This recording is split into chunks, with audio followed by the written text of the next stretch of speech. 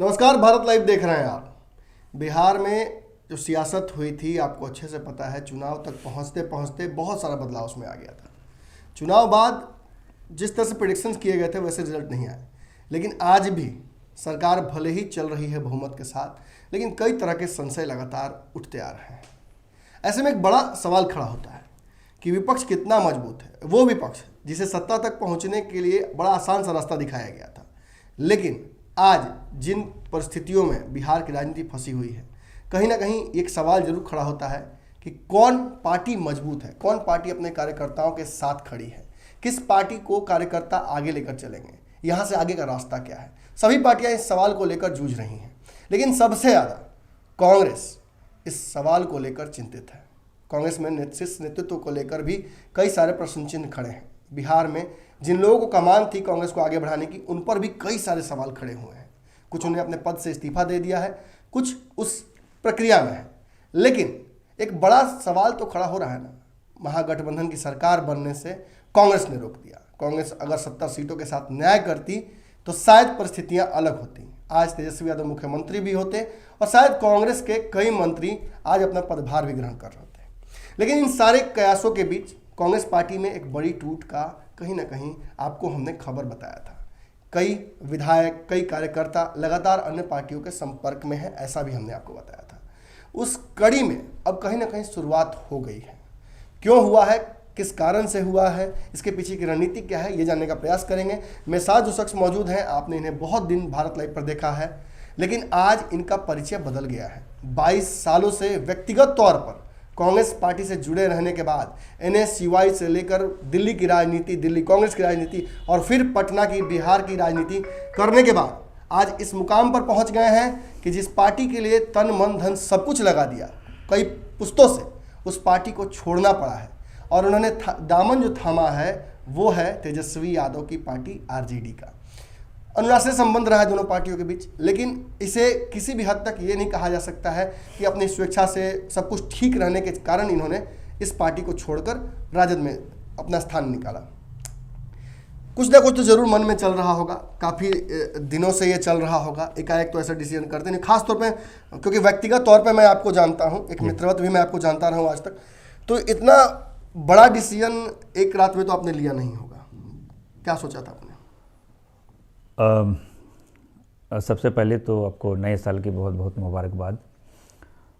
और ये निर्णय निश्चित रूप से बहुत मुश्किल, बहुत कठिन और बिल्कुल भी आसान नहीं था। जहाँ ना सिर्फ भावनात्मक स्तर पे स्वयं मेरे परिवार का 3 पीढ़ियों का रिश्ता कांग्रेस पार्टी के साथ, मेरे पिताजी स्वर्गीय भारतेंदु प्रसाद यादव जी अररिया जिला कांग्रेस कमेटी के बहुत लंबे समय तक अध्यक्ष रहे, बिहार के वरिष्ठ कांग्रेसी रहे। उन्होंने अपने जीवन के 40-45 बहुमूल्य वर्ष कांग्रेस पार्टी को दिए। स्वयं मेरी 22 वर्षों की राजनीतिक साधना, मैंने एक दिल्ली विश्वविद्यालय से अपने पढ़ाई शुरू की और वहाँ एक कॉलेज यूनिट के अध्यक्ष के रूप में मैंने छात्र राजनीति से NSY के माध्यम से राजनीति शुरू की और फिर NSY यूथ कांग्रेस होते हुए और तकरीबन 5 वर्षों से तो आप मुझे देख रहे हैं बिहार कांग्रेस के सचिव के तौर पर काम करते हुए। देखिए, ये सही है कि अकस्मात अचानक लिया हुआ निर्णय नहीं है।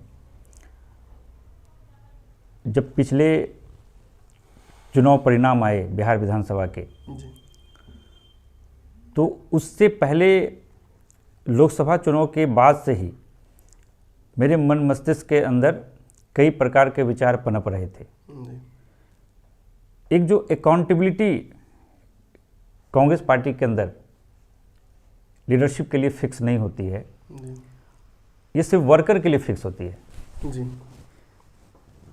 मेरा मानना है कि ताली भी कप्तान को तो गाली भी कप्तान को। बिल्कुल। जब जीत होती है तो जब जीत में आप श्रेय लेते हैं तो हार की भी पूरी जिम्मेदारी आपको लेनी होगी। लोकसभा चुनाव में हम बुरी तरीके से हारे, ठीक है, पूरे देश में हारे, लेकिन हम पूरे देश में राहुल जी के अद्भुत अभूतपूर्व नेतृत्व में बेमिसाल तरीके से चुनाव लड़े। बिहार में हम चुनाव लड़ते हैं सिर्फ गठबंधन के भरोसे, अपने बल पे हमारी कोई साख नहीं रह गई।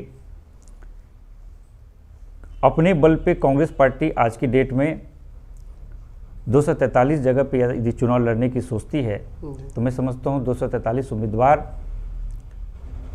यदि अचानक बोल दिया जाए कि आपको 243 जगह पे चुनाव लड़ना है तो उम्मीदवार भी शायद ना मिले। जी। तो लगातार 90 के बाद जो दिशाहीन और दशाहीन राजनीति बिहार में एक नेतृत्व के अभाव में चल रही है, उसका खामियाजा लगातार कांग्रेस पार्टी को भुगतना पड़ा। और मैं जिस रफ्तार से राजनीति करता हूं उस रफ्तार से राष्ट्रीय स्तर पे तो कांग्रेस पार्टी में कई नेता हैं जी।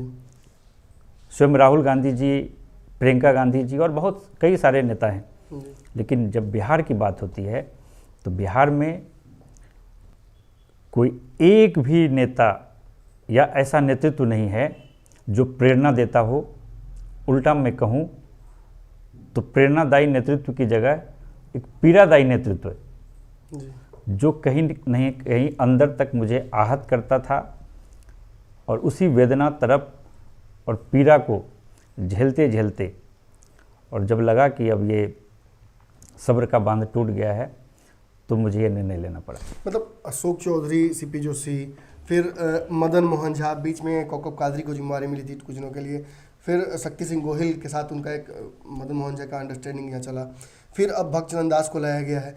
तो कांग्रेस बदलाव तो कर रही है, तो बदलाव अगर हो रहा है तो पॉजिटिव नहीं, बदलाव क्या है, ये तो खानापूर्ति है जी। ये तो बस औपचारिकता। देखिए कांग्रेस पार्टी की सबसे बड़ी समस्या क्या है, अब तो मैं कांग्रेस पार्टी में नहीं हूँ जी। मैं राष्ट्रीय जनता दल राजद परिवार का सदस्य हूँ जी। और तेजस्वी जी के प्रेरणादायी नेतृत्व में मैं अपने आप को महफूज महसूस कर रहा हूँ जी। कांग्रेस पार्टी की सबसे बड़ी समस्या ये है कि यहाँ पे कोई लीडर या किसी भी नेता को कांग्रेस पार्टी के हित की चिंता नहीं है जी। उनको अपने हित की चिंता है। आप मुझे एक बात बताइए, आप ऑफलाइन बात करेंगे कांग्रेस के लीडर से तो वो कहेंगे नहीं गठबंधन नहीं होना चाहिए जी। कांग्रेस पार्टी को अकेले 243 सीटों पे लड़ना चाहिए। और जब चुनाव नज़दीक आता है तो पूरे बिहार के वर्कर फरियाद करते हैं राहुल जी से, सोनिया जी से कि कांग्रेस पार्टी को अपने बल पे सशक्त कीजिए। तो ये लीडर्स फिर जाते हैं और कन्विंस करते हैं लीडरशिप को जी। कि नहीं मैडम बीजेपी को रोकना है तो फिर तो गठबंधन तो करना पड़ेगा। जी। वो क्यों करते हैं? क्योंकि ये अपनी कमजोरी को छिपाते हैं। इनकी अपने बल पे इनकी व्यक्तिगत हैसियत नहीं है कि ये स्वयं चुनाव लड़ें तो ये 5,000, 10,000, 15,000 वोट भी लेकर आ पाएँ। तो ये या तो स्वयं चुनाव जीतने के लिए और या नहीं तो अपने सुपुत्रों को जो उनकी विरासत है उनको आगे बढ़ाने के लिए ये गठबंधन का सहारा लेते हैं। तो गठबंधन के भरोसे कांग्रेस पार्टी रह गई है। कांग्रेस पार्टी का अस्तित्व धीरे धीरे बिहार में समाप्त होता जा रहा है। कांग्रेस पार्टी अप्रासंगिक होती जा रही है बिहार में। और ये बात इसलिए नहीं कि मैंने 2 दिन पहले कांग्रेस छोड़कर राजद ज्वाइन किया है, इसलिए कह रहा हूँ एक लगाव, एक अटैचमेंट, एक लंबे अरसे तक कांग्रेस पार्टी में रहा हूँ। तो और सहयोगी दल हैं। आज महागठबंधन की सरकार कल को बननी है या फिर इस वक्त नहीं बन पाई है तो उसमें कांग्रेस पार्टी का नहीं बनने में भी योगदान है। और कल को सरकार यदि बननी है तो उसमें भी कांग्रेस पार्टी के योगदान की आवश्यकता है। तो लोग तो ये बात कह रहे हैं ना कि कांग्रेस को 70 सीटें मिली, अच्छा खासा सम्मान मिला, इतना तो कभी मिला भी नहीं था। कार्यकर्ताओं को टिकट दे दिया गया, अब कार्यकर्ता हार गए, आपको टिकट नहीं मिला तो आप पार्टी छोड़ के जा रहे हैं। नहीं, 2 बातें हैं। देखिए कांग्रेस पार्टी ने 30 से 35 सीटों पर बखूबी चुनाव लड़ा जी। बहुत सीरियस चुनाव लड़ा जी। जो 35 सीट, जो 70 में जो 35 सीटें हैं जी। उस पे पिकनिक मना रही थी। जी। आप समझिए इस बात को। जी। कि 30 से 35 सीटों पे कांग्रेस पार्टी ने अपना सर्वस्व झोंका, अच्छे कैंडिडेट्स थे, और जो 70 सीटें थी इनको समझ में नहीं आ रहा था कि ये 70 जो सीटें मिली हैं उसके लिए आपके पास पहले से कोई ब्लूप्रिंट नहीं था जी क्योंकि जो प्रभारी थे उनको 3 साल हो गए थे। जी उनको यदि पूछ लिया जाए कि 38 जिले कौन कौन से हैं, जी 38 जिलाध्यक्ष यदि हैं तो उन जिलाध्यक्ष के नाम क्या हैं, तो मैं समझता हूं कि यदि वो 10 जिलाध्यक्ष के नाम बता देते जी तो मैं समझता कि भाई बहुत बड़ी जी उनकी तपस्या है। पूरा चुनाव मौर्या होटल में ये प्रभारी, ये जो बड़े बड़े लीडर्स जी वहाँ से संचालित करते थे। आप ज़मीन पे जाएंगे नहीं, आप सिर्फ एक योद्धा की तरह, एक पूरे बिहार में एक वीर योद्धा की तरह तेजस्वी जी पूरे महागठबंधन को अपने बल पर भगाते रहे। जी और एक मर्सिडीज की रफ्तार में यदि तेजस्वी जी चल रहे थे तो वहाँ पे यदि कोई साइकिल की रफ्तार में चल रहा है तो वो रफ्तार तो कहीं ना कहीं उसका जो फर्क पड़ता है, प्रभाव पड़ता है, वो कांग्रेस की वजह से राजद को हुआ। तो कांग्रेस पार्टी की तरफ से ही एक सवाल मैं आपसे पूछ देता हूँ। भूमिहार को मौका दिया गया, रामजतन सिन्हा जदयू में चले गए, अशोक चौधरी को दलित को मौका दिया गया, नीतीश कुमार के साथ चले गए। जब जिसको मौका दे रही कांग्रेस पार्टी मौका दे रही है, आपको भी दिल्ली की राजनीति से आपको बिहार की राजनीति में लाया गया, अपने पिता की जो राजनीति आपकी है उसको आगे बढ़ाने का मौका दिया गया। आप यादव समाज से आते हैं, आपने चुन लिया अपना स्थान कि आप चले जाएंगे राजद के साथ। नहीं नहीं, ऐसा नहीं है। देखिए, कांग्रेस पार्टी, मैंने पहले भी कहा कि आज भी मेरा मानना है कि कांग्रेस पार्टी में अपार संभावनाएं छिपी हैं, लेकिन राष्ट्रीय स्तर पे जी आज भी राष्ट्रीय स्तर पे कांग्रेस पार्टी में कई बेहतरीन लीडर्स हैं जी जिनको ग्रूम किया जाए, जिनको आगे बढ़ाया जाए तो वो कांग्रेस पार्टी जीवंत हो सकती है। लेकिन मैं एक पंचायत, प्रखंड और विधानसभा के स्तर का राजनीति करने वाला एक सामान्य सा कार्यकर्ता, जी बिहार के अंदर लगातार कई वर्षों से इस इंतजार में कि अब कोई सर्जरी होगी, अब पूरा कायाकल्प होगा, अब संगठन का विस्तार होगा, जी अब बूथ से लेके पंचायत स्तर से लेके प्रखंड तक संगठन खड़ी होगी। लेकिन आज क्या हो गया है, आज बिहार के अंदर स्थिति ये हो गई है कि आप या तो पुण्यतिथि मनाते हैं या जन्मतिथि मनाते हैं, जी या उसके अलावा जो आपको दिल्ली से जो आपको फरमान आता है जी कि भाई आपको आज मोदी जी का पुतला दहन करना है, जी कि आज आपको किसान आंदोलन पे कोई धरना प्रदर्शन करना है, जी या अन्य मुद्दों पे, जी तो आप क्या करते हैं, सिर्फ खाना पूर्ति करते हैं। यानी 24 अकबर रोड ने लेटर निकाला सदाकत आश्रम के लिए, और सदाकत आश्रम वही क्या करती है, संबद्ध जिलाध्यक्षों को जी वो लेटर भेज देती है। जी सब लोग एक दूसरे को अपने सब लोग एक दूसरे को बेवकूफ़ बनाने की कोशिश करते हैं जी कि जिले में लेटर जाता है, जिलाध्यक्ष 10-15-20 लोगों को लेके जाके पुतला खाना पूर्ति कर देंगे, पुतला दहन कर लेंगे, जी फिर उसके बाद अखबार वाले को बुलाएंगे, और अखबार वाले जब तक रहेंगे तब तक उतने लोग वहाँ पे बैठे रहेंगे, जी खाना पूर्ति हो जाएगी, बस रिपोर्ट बना के आप भेज देंगे यहाँ पटना के ऑफिस में, जी और पटना वाले भेज देंगे 24 अकबर रोड पे, जी और सब लोग अपने आप में खुश रहते हैं। चलो, कांग्रेस पार्टी को जब तक आंदोलन के रास्ते पे नहीं लेकर आ पाएंगे, कांग्रेस पार्टी को जब तक संघर्ष के रास्ते पे नहीं लेके आएंगे, कांग्रेस पार्टी को जब तक जमीन पे आम जनता के मुद्दों पे, आम जनता के हित से जुड़े हुए मुद्दों पे, जी ब्लॉक लेवल पे, जिले के लेवल पे जब तक संघर्ष नहीं करने की आदत होगी, तब तक कांग्रेस पार्टी में जो जंग लग गई है वो बहुत मुश्किल हो जाएगा। वो आराम तलबी की जो आदत हो गई है जी कि गठबंधन है ही, हमें करने की क्या ज़रूरत है, जब चुनाव आएगा तो गठबंधन की वजह से हमें वोट मिल ही जाएगा। आज ऐसे बहुत सारे नेता मिल जाएंगे आपको चुनाव के बाद कहेंगे मुझे 75,000 वोट आ गए, मुझे 50,000 वोट आ गए, मुझे 60,000 वोट आ गए।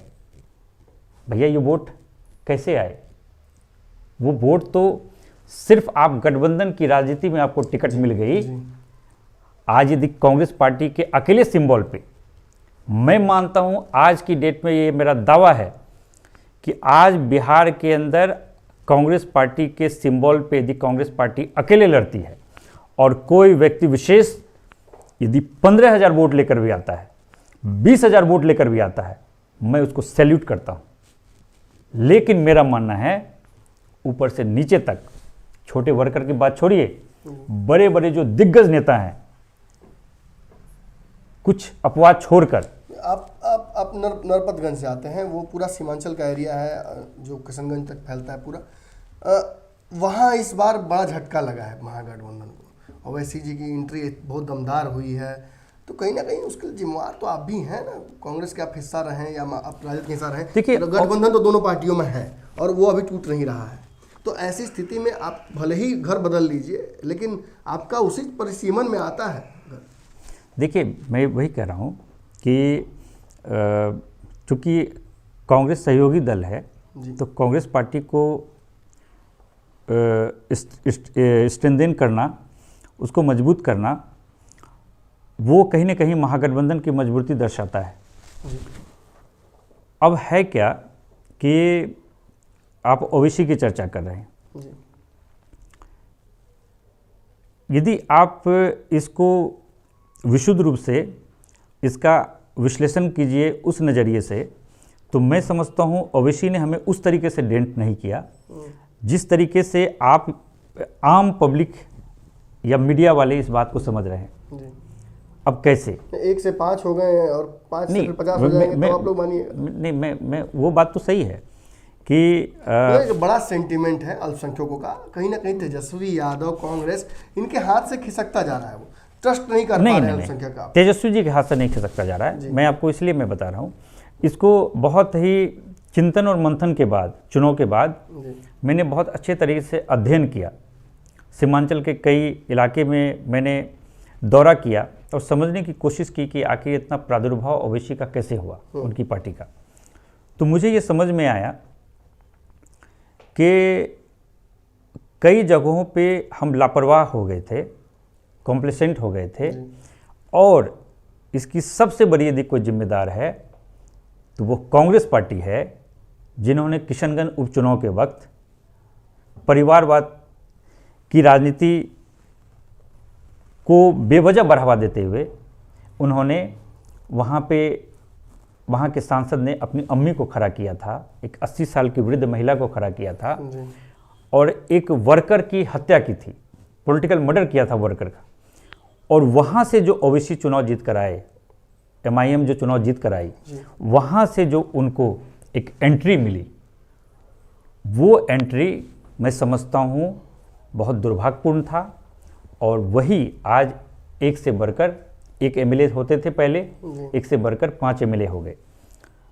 देखिए एक चीज़ को समझना बहुत ज़रूरी है, जो 5 सीटें MIM जीत कर आई है, इसमें कोई डाउट नहीं है कि जो माइनॉरिटी का एक तबका है, नौजवानों का तबका, उसमें कुछ हद तक MIM का आकर्षण बढ़ा है, ओवैसी जी का आकर्षण बढ़ा है। लेकिन वो तेजस्वी जी के या राजद के, खासतौर पर राजद की बात कर रहा हूँ, उसके वोट के कॉस्ट पे नहीं बढ़ा है। ये जो 5 सीटें आई हैं, इसको यदि बहुत बढ़िया से आप स्टडी कीजिए तो बड़ा रोचक तथ्य निकल कर आएगा। क्या है, यदि मान लीजिए हमारे यहाँ यदि जोकीहाट की सीट है, तो जोकीहाट में MIM जीती तो वहाँ तो 2 भाइयों के बीच लड़ाई थी। तो माइनॉरिटी वोट ने इन 5 जगहों पे देखा कि जहाँ मेरे वोट से हम सीधा MIM का कैंडिडेट जीत सकता है, तो उन्होंने उस जगह देखा कि ये कैंडिडेट यदि कांग्रेस का या महागठबंधन का कैंडिडेट कमज़ोर है, तो वो बिल्कुल उन्होंने एक तरफा पोल कर दिया, वो कैंडिडेट निकल गया। लेकिन यदि 7 वाली ही सीट है, वहाँ पे एमआईएम का कैंडिडेट मजबूत नहीं है जी। तो वो एक तरफा लालटेन को वोट मिला। मैं इसलिए कह रहा हूँ कि लालटेन डेंट इसलिए नहीं हुआ है कि सिर्फ 5 जगहों पे जो जीती है उस 5 जगहों पे या तो सीधा एमआईएम जीत गई है क्योंकि वहाँ 60+ आबादी थी। आपने समझा दिया समीकरण जी, में। जी। राजद के बारे में, तेजस्वी यादव के बारे में एक बात कही गई पूरे चुनाव के दौरान, अभी ये बातें कांग्रेस के लोग दबी जुबान में कह रहे हैं जी कि बहुत ज़्यादा ईगो था, इस बात का घमंड था कि सारी वोट्स परसेंटेज हमारे पास है। इसी कारण से पहले मांझी जी को अलग किया, फिर मुकेश सहनी अलग हुए, उपेंद्र कुशवाहा अलग हुए। कांग्रेस की मजबूरी है, कांग्रेस के पास कुछ था नहीं रास्ता, इसलिए कांग्रेस इनके साथ रहेगी। और कहीं ना कहीं देखिए आज परिस्थिति, तो कहीं ना कहीं मांझी और मुकेश सहनी अच्छी स्थिति में है, कांग्रेस वहाँ रह गई, इसलिए कांग्रेस को घाटा हुआ। मतलब तेजस्वी ने अपने साथ रख के घाटा करा दिया। नहीं नहीं नहीं, जहाँ तक मैं इतने कम वक्त में आदरणीय श्री तेजस्वी यादव जी को समझ पाया हूँ, बहुत ही सॉफ्ट, बेहद मृदुभाषी, विनम्र और बहुत ही लचीले किस्म के नेता हैं जो बहुत लंबे रेस के घोड़े हैं। तेजस्वी यादव जी के अंदर अद्भुत, अभूतपूर्व, अतुलनीय एक गजब की प्रतिभा है, एनर्जी लेवल। और आप करें एरोगेंस की बात, तो तेजस्वी जी ने तो कांग्रेस पार्टी को 70 सीटें कांग्रेस की हैसियत से बढ़कर सीटें दी। कह तो रहा कि वो सीटें दे दी जिन सीटों की आवश्यकता नहीं था हमें, जिस सीटों पर हम कमजोर थे वो सीटें दे दी गई हमें। नहीं, अब देखिए, यदि आप ये बात कह रहे हैं कि मुझे कमज़ोर सीटें दे दी गई, तो फिर आप वहाँ पे फिर गठबंधन में जब सीटों का चयन हो रहा था तो उस वक्त क्या आपका क्या दायित्व था? जी। ये सिर्फ एक्सक्यूज है। आज यही चुनाव हम जीत चुके होते और कांग्रेस पार्टी यदि 30-35 सीटों पे चुनाव जीत चुकी होती जी। तो आपको कोई ये बात नहीं कहता। कांग्रेस पार्टी को तो हर जगह अच्छी अच्छी सीटें मिली हैं। हो सकता है कुछ अपवाद हो, तो वैसी सीटों पे तो राजद को भी लड़ना पड़ा है। मैं एक दूसरी बात कह रहा हूँ आपसे। जी। आप तभी कह रहे थे कि कांग्रेस पार्टी के नेता ये दलील देते हैं कि मैक्सिमम कांग्रेस के वर्कर को लड़ाया गया। जी। जी। कांग्रेस के वर्कर को लड़ाया गया, किस तरीके से लड़ाया गया? मनीष यादव यदि नरपतगंज की राजनीति करता है और मनीष यादव को बोल दिया जाए अब नवादा से चुनाव लड़ जाइए, जी, जैसा कि इस बार हुआ है सबके साथ, तो मनीष यादव राहुल गांधी तो है नहीं कि अमेठी नहीं तो वायनाड से चुनाव जाकर जीत जाएंगे। जी। मैं जो कहने की कोशिश कर रहा हूँ, जी। जी। आपने दर्जनों सीट पर इस प्रकार का काम किया कि सिर्फ अपने आसपास जो घनिष्ठ परिक्रमा करने वाले जो कांग्रेस के नेता थे उनको खुश करने के लिए आपने उनको एक तरह से उसको क्या कहते हैं, रिवॉर्ड दिया या पारितोषिक जो भी कह सकते हैं। जी। दर्जनों सीट पे तो ये हाल था। कई सीटें ऐसी हैं जहाँ पे कि आप कांग्रेस पार्टी के सदस्य भी नहीं हैं और आपको टिकट मिल जा रहा है। जी। आप सीसी के मेंबर भी नहीं हैं, जी। आप कांग्रेस पार्टी के मेंबर भी नहीं हैं और आपका सी